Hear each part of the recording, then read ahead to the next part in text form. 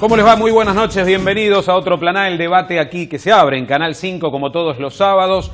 La violencia verbal, la agresión, la utilización de Internet para acosar a un chico, a una chica, esto se da especialmente en la escuela, en la edad de adolescente, en la primaria. Vamos a abordar el problema del bullying, que cada vez tiene más visibilidad, pero que el problema también se agiganta por los numerosos casos que vemos. Porque hoy, a diferencia de ayer, siempre hubo acoso, siempre hubo burlas, todos sabemos, pero hoy se ha agregado la permanente presión que se ejerce sobre un chico o una chica con la aparición de Internet, de los chats, del Facebook. Chicos que son tomados de punto, como se decía normalmente, para atacarlos por alguna cuestión física, por su timidez, todo lo que sufren, lo que hay que hacer, el rol de las escuelas, de los padres. Tema interesante para abordar en este debate de sábado por la noche, que se simplifica y se resume con este debate. Las puntas, los temas que vamos a abordar a través del informe que elaboramos diariamente. El bullying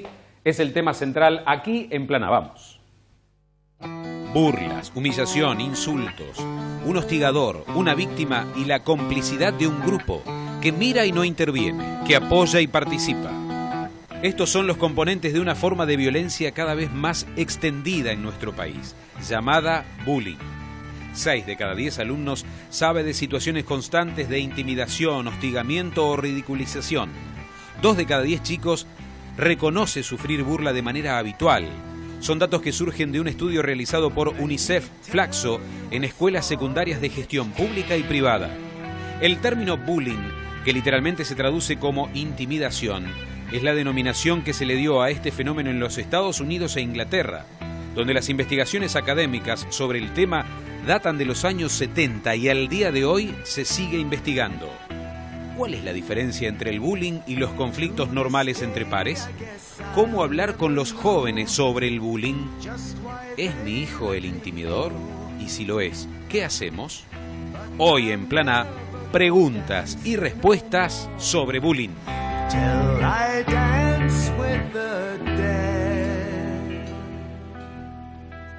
Bueno, tenemos un panel, invitados que le van a dar diferentes enfoques, principalmente testimonios. Aquellas chicas que ya vamos a presentar, Oriana, Evelyn, perdón, que nos van a contar todo el sufrimiento por años, inclusive. Bueno, Luli, un tema muy denso, complejo que tenemos en la sociedad de hoy. Tema trillado, pero lamentablemente muy presente. Recién el informe mencionaba que desde los años 70 ya se empezó a mencionar este tipo de acoso, por decirlo de alguna forma. Vos mencionabas el tema de Internet.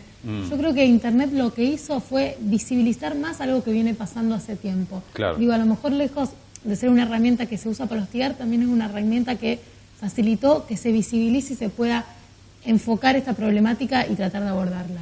Así es.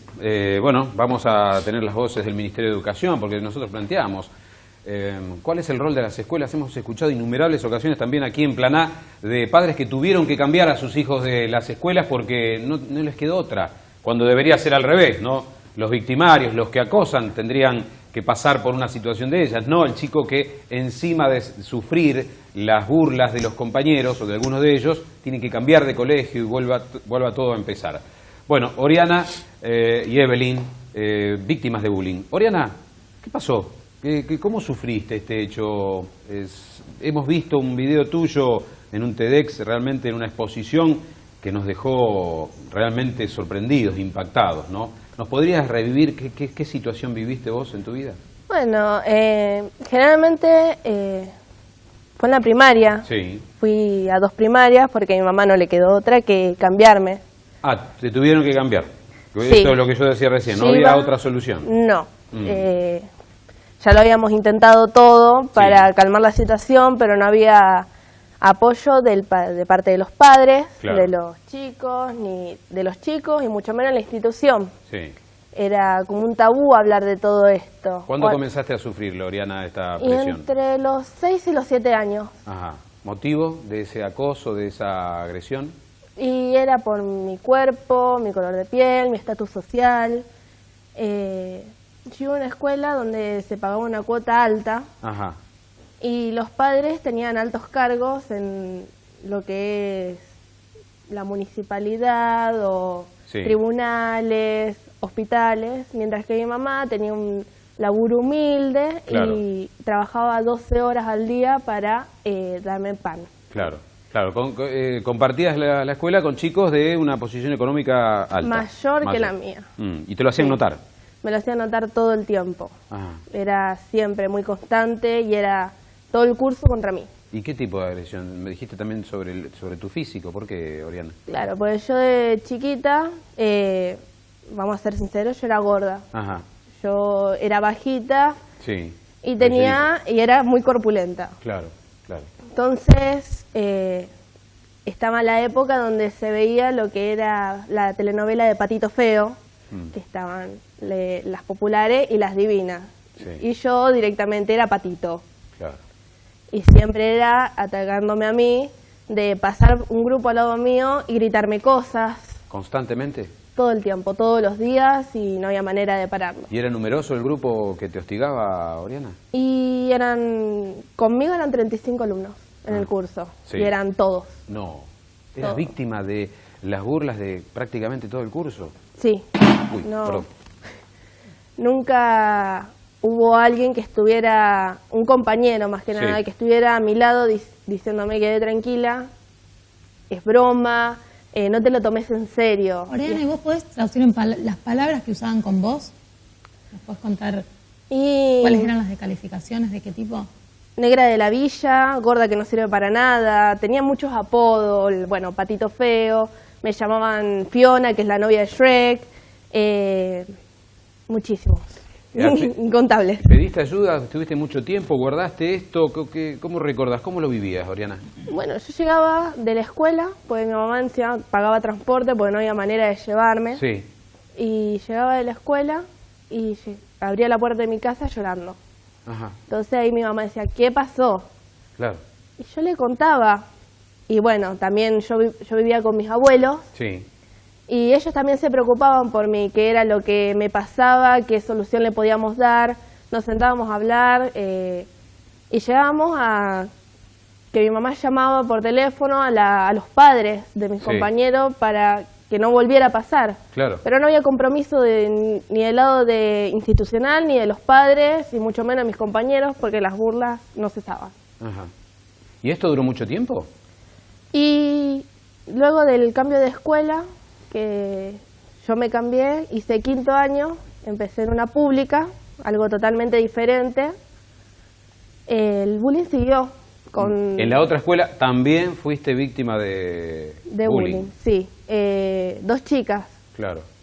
Pero era solamente en el ámbito escolar, porque Sí. una de las chicas que vive cerca de mi casa, siempre me llevé bien, es decir, fuera de la escuela nos Sí. juntábamos, tomábamos algo, Ajá. jugábamos con lo que sea, éramos chiquitas. ¿Y cuando llegaban al colegio? Cuando llegábamos al colegio, que se juntaba con la otra chica, era permanentemente estar diciéndome Aquella cosas. que era tu amiga en vacaciones o en el verano se transformaba en tu acosadora.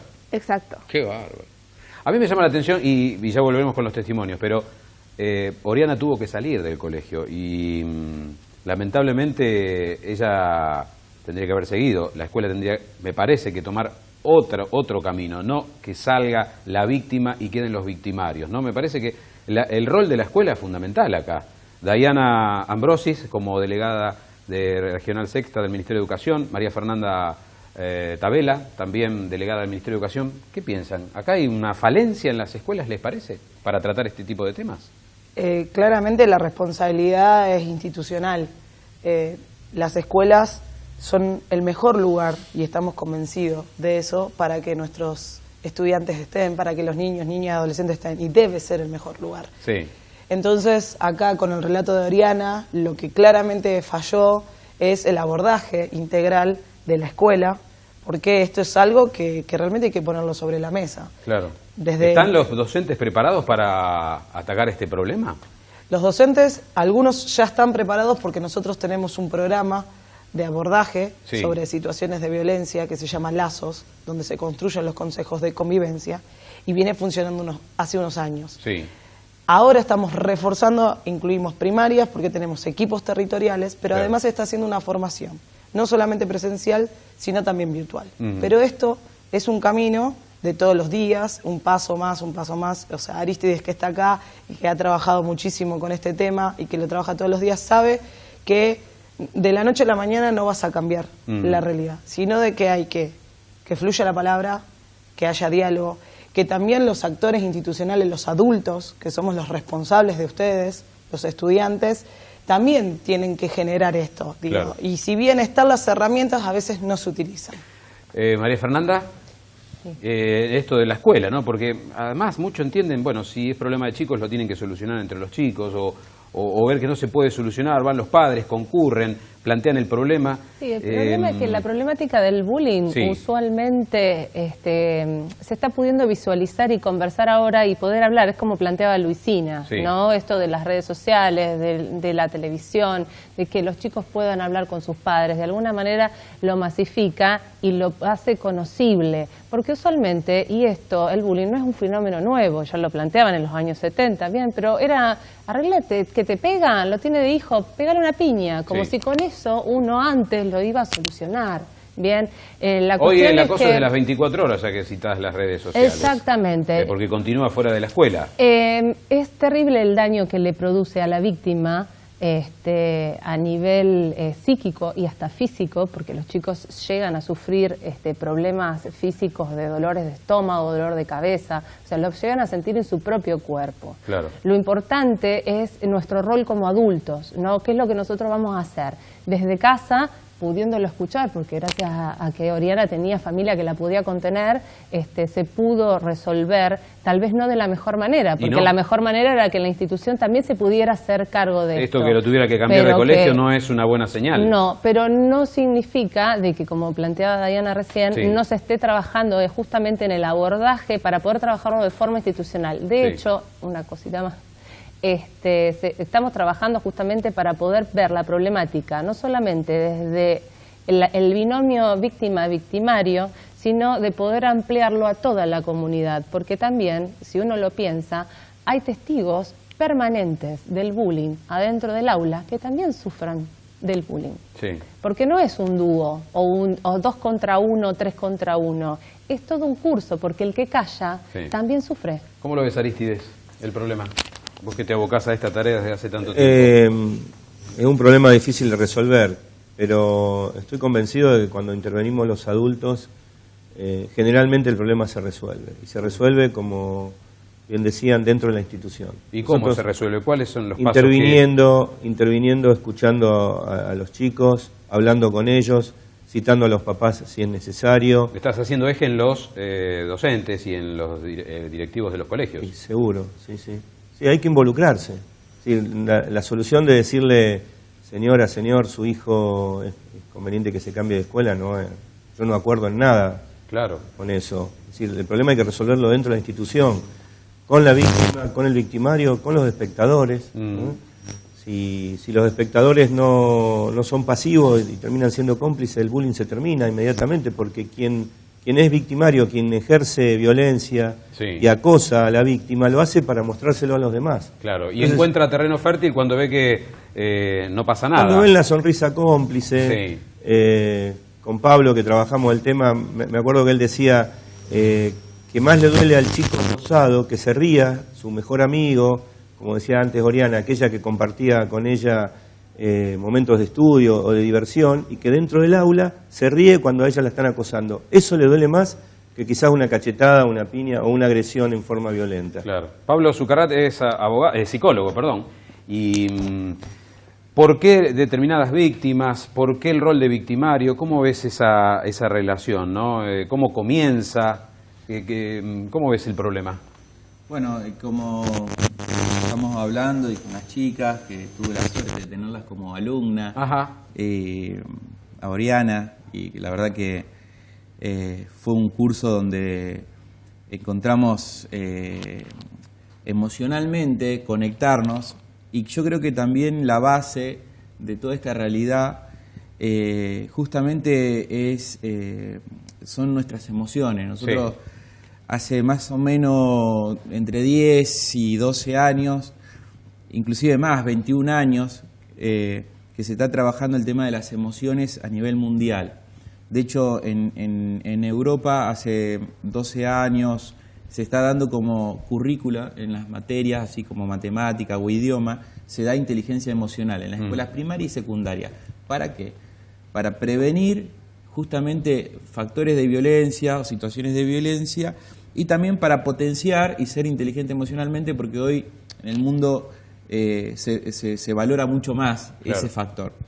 Entonces, ¿y esto ayudaría a neutralizar a aquellos que viven cargando a sus compañeros? Y mira, es justamente este año comencé un taller de inteligencia emocional que se está dando de forma sistemática en la ciudad de Armstrong. Sí. La verdad, ¿por qué? Porque los padres fueron muy preocupados por las previas de los chicos. Sí. Cuarto y quinto se corría con palos y cuchillos o piedras por las calles. Los chicos terminaban quinto año y agarraban huevos que los mismos padres le armaban carritos, entonces ir a tirar huevo a la casa de los directores. O sea, había toda una situación en la que participaban incluso los padres. Eso ya inclusive es grave.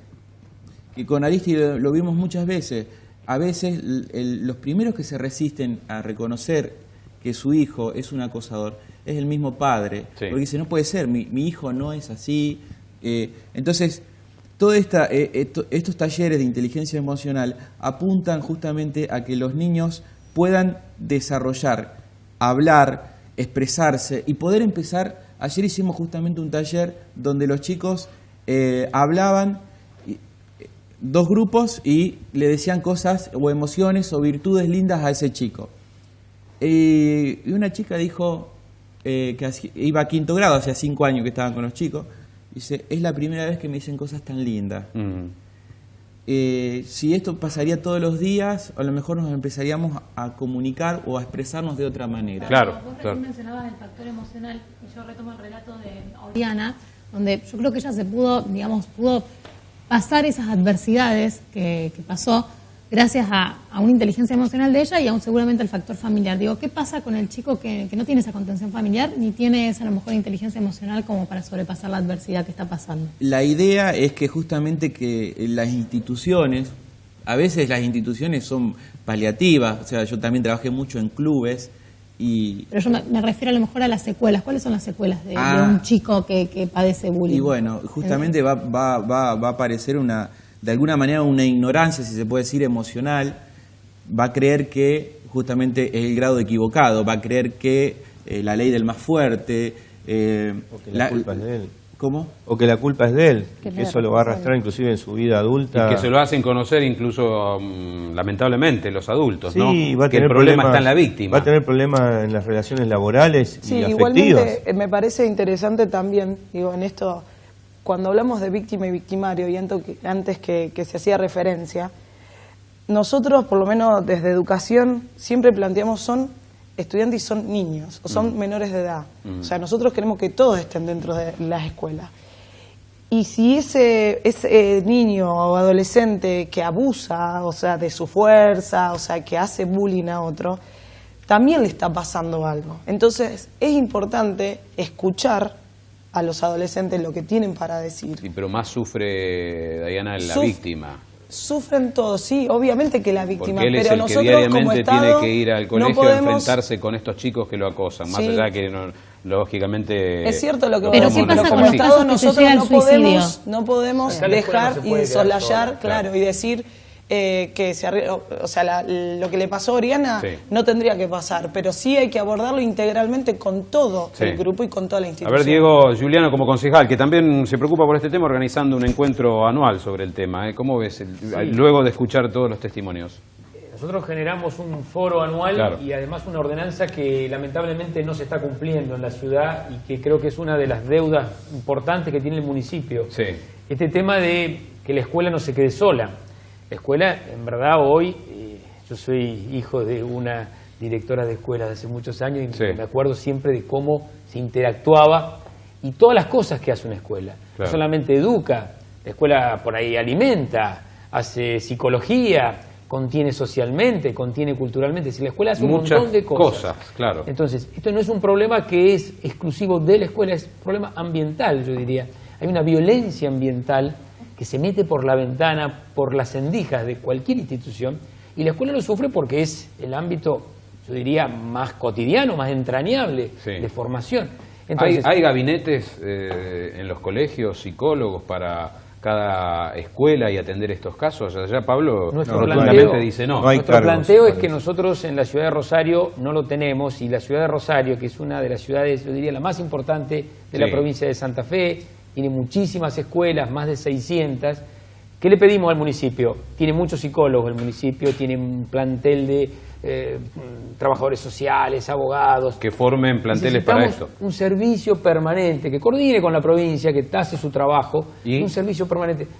No hemos podido convencer todavía a la Municipalidad de Rosario de que esto es muy valioso, más allá de algún tallercito que haga, que no cumple. Nosotros tenemos los equipos socios educativos, que por eso, bueno, Fernanda es coordinadora, y la política es integral. O sea, no entendemos que tiene que haber un gabinete en cada escuela, sino nosotros tenemos un equipo territorial que abarca todo el territorio de la Sexta, por ejemplo, en donde tenemos antropólogos, trabajadores sociales, psicólogos, y son los que abordan. Pero el riesgo no es que no se llegue a tiempo si la acción no es rápida, ejecutiva.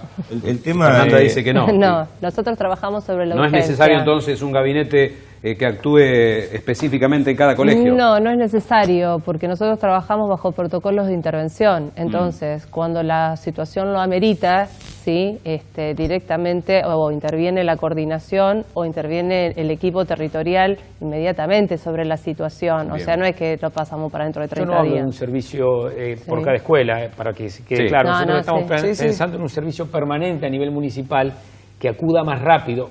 La ciudad está cerca, la ciudad está a la vuelta siempre. Entonces es una idea de abordaje directo, pronto, articulado, organizado con ustedes en una dimensión más grande que tienen ustedes, ¿no? Debería darle otra estructura entonces, ¿creen? Pablo, también coincidís, que tendría que haber otra estructura de atención psicológica. Totalmente, porque por ejemplo en la ciudad de Armstrong fue la municipalidad, movido por los propios ciudadanos, los padres preocupados, pidiendo que vaya la policía a la escuela o que cómo se podría prevenir esto. Entonces cuando me comentan, porque yo soy psicólogo en el club de defensores de Armstrong, me dice, ¿qué podríamos hacer? Porque a mí también me preocupa, porque de una misma categoría de fútbol conviven dos chicos, que uno va a cuarto y otro a quinto. Y a veces son rivales en la escuela, o se pelean en la escuela, y ahí forman una misma categoría. Entonces yo dije, no, vamos a la escuela. Entonces me di cuenta que en la escuela había mucha necesidad, mucha demanda. Entonces desarrollamos estos talleres, pero me dicen, le digo, levanten la mano a los chicos que por primera vez trabajaron este aspecto, y lo levantaba al 100%. Vamos al testimonio de Evelyn. Evelyn, ¿cómo estás? Bien. Hoy bien, ¿eh? ¿Sufriste también este hecho mientras escuchabas a tu compañera allí? ¿Cómo lo viviste vos? ¿Qué recordás? A ver. Bueno, yo lo empecé desde la primaria, desde muy chica. Sí. Burlas, humillaciones. En verdad, yo no acepté, o sea, yo no me di cuenta que lo sufrí. Claro. Hasta que hice un video conjunto a mis compañeros, un proyecto. Hicimos un video relatando la historia de otro chico, no la mía. Sí. Y yo dije, en parte lo viví. Claro, ¿y lo mantenías en silencio? Sí, porque yo no lo acepté, o sea, yo no aceptaba que eso lo viví yo. ¿Qué sufrías, Evelyn? ¿Qué pasaba en esa escuela primaria? Los chicos se juntaban y me dejaban aparte, junto a unas amigas. ¿La razón? Yo nunca lo supe, yo la verdad pensaba que era algo mal en mí, pero algo mal en ellos. Claro, por supuesto. Pero vos sufrías ese aislamiento entonces. ¿Qué se expresaba? ¿En reuniones, en cumpleaños, por ejemplo? Sí, se iban todos juntos y a mí me dejaban aparte. Claro.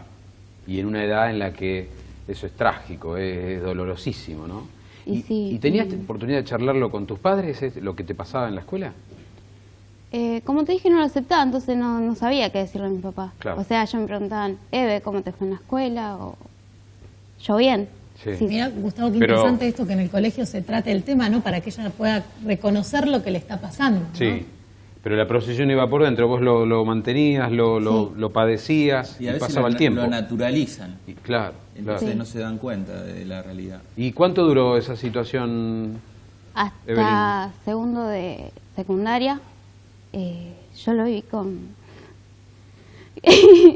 La emoción surge naturalmente, sí. como no, por supuesto, comprendemos. Vamos todavía. Yo un día llegué... Tranquila. Tranquila, tranquila. Vamos a permitir que Evelyn se pueda tranquilizar, porque esto tiene que ver con el paso. Aristides, y vos sabés bien la historia de Evelyn, sí, de tantos malos recuerdos por la mente, ¿no? En un momento. Yo lo que tengo la imagen de ella a partir de ese video, que ella fue protagonista, está en YouTube, lo pueden ver, cómo me acompañó a partir de ahí a otras escuelas a dar testimonio, a dar charlas. Claro. Nosotros vamos a muchas escuelas a dar charlas sobre la temática, y cómo se animó ella a contarlo, así como lo hizo Oriana en un TEDx, ni más ni menos. Sentías la necesidad de contarlo y de trasladar tu experiencia a los otros chicos. ¿Qué es ese pin que tenés allí? Contanos. Es un Evelyn. festival de Si nos reímos todos. Ajá. Es, lo hizo Ari. Claro. La verdad es algo genial. Bueno, sí. Esa emoción tiene que ver con todo lo que vos viviste, ¿no? Recordar esos momentos, esas situaciones desagradables. Sí, es lo que más me cuesta contar. Claro. Es, bueno, le voy a contar. Sí. Estaba en segundo año y a mí me costaba mucho hablar con mis compañeros. Y llegué a mi casa un día después de la escuela y le dije a mi papá, a mi mamá, que no lo soportaba más. Me cuesta mucho porque está mi papá. Está bien, está bien, está bien. Pero tuviste, ahí tomaste valor y dijiste, esto no puede seguir más de esta manera. ¿Y a vos eso te hizo bien, el hablarlo, el contárselo a tus padres, o no? Sí, empecé a ver la vida con color. Claro. Porque a la par de hablarlo, vos ya fuiste escuchada y allí comenzó otra historia, ¿no? Sí. Bueno, llegué estresada a mi casa. Le dije, papá, mamá, yo no soporto más. ¿En segundo año? Sí. Claro. Estoy muy bajo presión. Le conté por qué. Y yo pensé que ahí iba a terminar. Claro. Me encontré al otro día con mi mamá y mi papá en la escuela, hablando sobre este tema. Sí. Y los directivos, todos en la escuela, se pusieron en acción,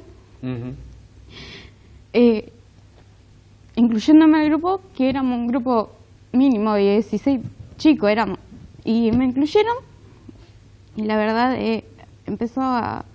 ¿A mejorar la cosa? Sí, muchísimo. Claro. Porque al pasar tantas horas en la escuela y a pasarla bien, vos la empezás a pasar bien en tu casa, en el club, haciendo deporte, en todos lados. En muchos aspectos cambió tu vida, entonces. Sí, muchísimo. De ese sufrimiento que tuviste mucho tiempo, Evelyn. A este cambio, el contarlo, fuiste escuchada, y tu problema hoy a la distancia, ¿cómo lo ves? ¿Lo solucionaste? ¿Qué recuerdo tenés de esa parte de tu vida, Evelyn? La verdad, no es que estoy llorando de tristeza, estoy llorando de felicidad. Por supuesto. La verdad lo recuerdo con mucho amor, porque la verdad, aunque la pasé mal o bien, es la etapa más linda de tu vida. Es tu vida. La escuela. Evelyn, ese sufrimiento que padeciste en un momento de tu vida, ¿qué consecuencias te traía en tu cotidianidad? La verdad... Dejaste de hacer cosas, vos comentabas mucho que estabas triste. ¿Tus papás pudieron notar algún cambio en tu accionar? Digo, ¿qué pasa también esto para los psicólogos con el colegio, que no puede visualizar esta situación previa a que ella explote, ¿no? Tanto la familia como el colegio. Porque, bueno, en este caso en particular, yo no voy a hablar de Evelyn específicamente porque no corresponde, pero bueno, hay casos y casos. Usualmente cuando el agresor es muy notorio y se hace mucho ruido sobre esta situación, es mucho más fácil de detectar que a lo mejor esto de excluir al otro, porque bueno, usualmente también esto pasa, no es que no pasa en la primaria, porque en la primaria pasa mucho, en la secundaria, al haber tantos profesores, entrar y salir permanentemente un docente y no tener la misma continuidad, a lo mejor es el preceptor el que lo detecta, ¿sí? Porque es el que más está con los chicos todo el tiempo, ¿sí? De todas maneras, y esto era importante y yo lo quería rescatar porque lo venías trayendo vos, acá hay una situación que es, lo plantea François Dolto, era una psicoanalista francesa, y ella hablaba, y en su libro Palabras para Adolescentes decía, y los comparaba a los adolescentes con las langostas. El condrio, que es la langosta bebé, o la langosta que está creciendo, ¿sí? Cuando se golpea, ¿sí? Queda cachada. Y después dice que le crece el exoesqueleto, o sea, se construye la langosta por sobre esta parte cachada, pero no se va nunca. ¿Sí? Entonces ella hacía referencia a lo que pasaba en la época de la adolescencia, cómo te marca para el resto de tu vida. Es una huella que llevas siempre. Es una huella que llevas siempre en vos y que muchas veces, y esto sí lo plantea Fernando Ulloa, que es un psicólogo argentino, él plantea sobre la encerrona trágica. Él lo dice a esto porque él plantea que hay una agresividad que es normal y es innata, bien, y que uno es necesario tenerla para poder separarte del otro. Claro. Él lo habla desde la constitución subjetiva. Está bien. Pero habla de la crueldad como una cuestión de la sociedad, bien, y que la encerrona trágica te deja encerrado en matar o morir. Muchas veces uno, al no poder hablar, queda encerrado en o me mato o lo mato. Que esa es una de las consecuencias. Tenemos lamentablemente 3 minutos, 4 minutos y quiero que cada uno deje su consejo sobre el tema, cómo abordarlo con los chicos, los padres, qué hacer, hablar, ir al colegio, cómo tratarlo con los chicos que están sufriendo esta situación. Yo les pido a cada uno una mirada sobre el tema, una mirada final, ¿no? Diego, en tu caso. No, yo lo que valoro es esto que acabamos de escuchar, ¿no? Vos fíjate ese testimonio que se recuerda con amor y que transformó eso que le dolió tanto y nos duele tanto como sociedad en un hecho de amor. Seguro. Y ese amor, ¿qué quiere decir? Esto de dar tu propio testimonio, y lo hemos visto en estos foros que hacíamos con Arístides, con Pablo, en donde cada uno busca una respuesta, ¿no? Sí. Hemos visto soluciones para algunas escuelas de diferentes sectores de la ciudad, una que tiene que ver con los mediadores escolares, con los clubes de convivencia. Hay formas de salir de esto y ojalá podamos ayudar. Totalmente. Desde el municipio, desde el Ministerio de Educación, porque hay formas de salir de esto y ellas son un ejemplo maravilloso. Y yo lo que aprecio es una liberación también de ellas, de una pesada carga, de algo como dijo María Fernanda, no se olvida ni se puede dejar en el olvido por toda la vida, pero creo que es una gran liberación contarlo, expresarlo en las lágrimas también de Evelyn. Pablo, en 20 segundos, ¿qué pensás? Y pienso que tiene una solución, que ellas son parte de la solución. Ajá. Son el testimonio viviente de que esto puede tener una salida, sí. Pero necesitamos directores como Arístides que se han comprometido. Cuando nosotros poníamos sobre el tapete todos los casos, había casos que a lo mejor las instituciones se pueden avergonzar, sí. No pasa esto acá, o son casos aislados, y en realidad lo tenés que poner arriba del tapete, sin vergüenza, hablar, y el compromiso de los directivos, de los docentes, de los padres, y obviamente de los profesionales. Bien. Arístides, mencionado por como directivo, Pablo. como docente. ¿Qué aconsejas? A ver, ¿cómo abordar este problema? Nunca negar el tema, hacerlo visible, pedir ayuda cuando no lo podemos resolver solo, no esperar todo del Estado. Si bien hay, como decía Diego, hay ordenanza, hay una ley nacional sobre la convivencia escolar que sí. No, lamentablemente la provincia de Santa Fe todavía no ha adherido, que pide un 0800 donde llamar, porque a veces los papás sí. No saben dónde recurrir en situaciones de emergencia. La ley exige un 0800 que atienda a las 24 horas, eso sería una de las herramientas, pero ser creativos. Claro. Y las acciones, y cuando un chico hace algo mal, en vez de sancionarlo con amonestaciones que no le significa nada a los chicos, buscar acciones reparadoras. Se cree que se resuelve el problema, pero no se lo resuelve. Para nada, a mí me ha dado muy buen resultado en la escuela las acciones reparadoras. Y después, fíjate estos 2 testimonios, y después las chicas participando en lo que hacemos, en un festival donde vienen las escuelas a participar. ¿Cuándo es? El 30 de septiembre en el Centro de la Juventud. ¿Y quiénes participan, Arístides? Lo organizamos una asociación civil que se llama Si nos reímos todos, invitamos a las escuelas. Bien. Y ya que está en la autoridad del Ministerio, a ver si este año mandan las invitaciones a las escuelas para que vengan. La idea es que vengan los chicos Bien. y sean protagonistas ellos, manifestándose a favor de la convivencia, Bien. con distintas expresiones artísticas. Gracias, Arístides. Luli, para ir cerrando. No, bueno, a mí me conmueve mucho el testimonio de las chicas y la fortaleza y cómo pudieron revertir su historia, así que nada, me gustaría que ellas cierren con algunas palabras, Por ¿no? supuesto. Para personas que estén padeciendo lo que padecieron Y ellas. antes que ya cierren y el mensaje que van a dejar, Dayana, ahí está el pedido de Arístides de colaborar, de involucrarse, Estado y estas instituciones. ¿Cuál es tu mensaje final? Nosotros siempre nos involucramos, siempre estamos con esto. Bien. Por eso tenemos ronda de palabras y rueda de convivencia en las escuelas donde los chicos pueden expresar. Y hay profesionales para eso, docentes que se forman en eso. Bien. Y que está en todas las escuelas secundarias y primarias, donde el diálogo y que fluya la palabra en la escuela hace que surja la visibilidad de esta problemática y abordarla integralmente con el socioeducativo y con todos los programas que tenemos en el Ministerio de Educación. Gracias, Dayana. No, por favor. Se nos termina el tiempo. ¿Cuál es el mensaje, chicas, Oriana, Evelyn, a chicas que estén pasando lo que ustedes pasaron, ¿no? Y como dijo Luli, ¿qué dejarían como mensaje? Y que no se guarden nada. Y que lo que ven, que pasa, que también son parte. Ajá. O sea, que ayuden, que se desaten y que vivan. Oriana. Nunca estás solo, nunca. Siempre hay alguien al lado tuyo que te va a ayudar en lo que sea, así sea un amigo, un padre, vecino, un profesor, un directivo. Y confiar siempre. en ellos es el problema que tenés. Confiar siempre, siempre. Bueno, gracias a todos.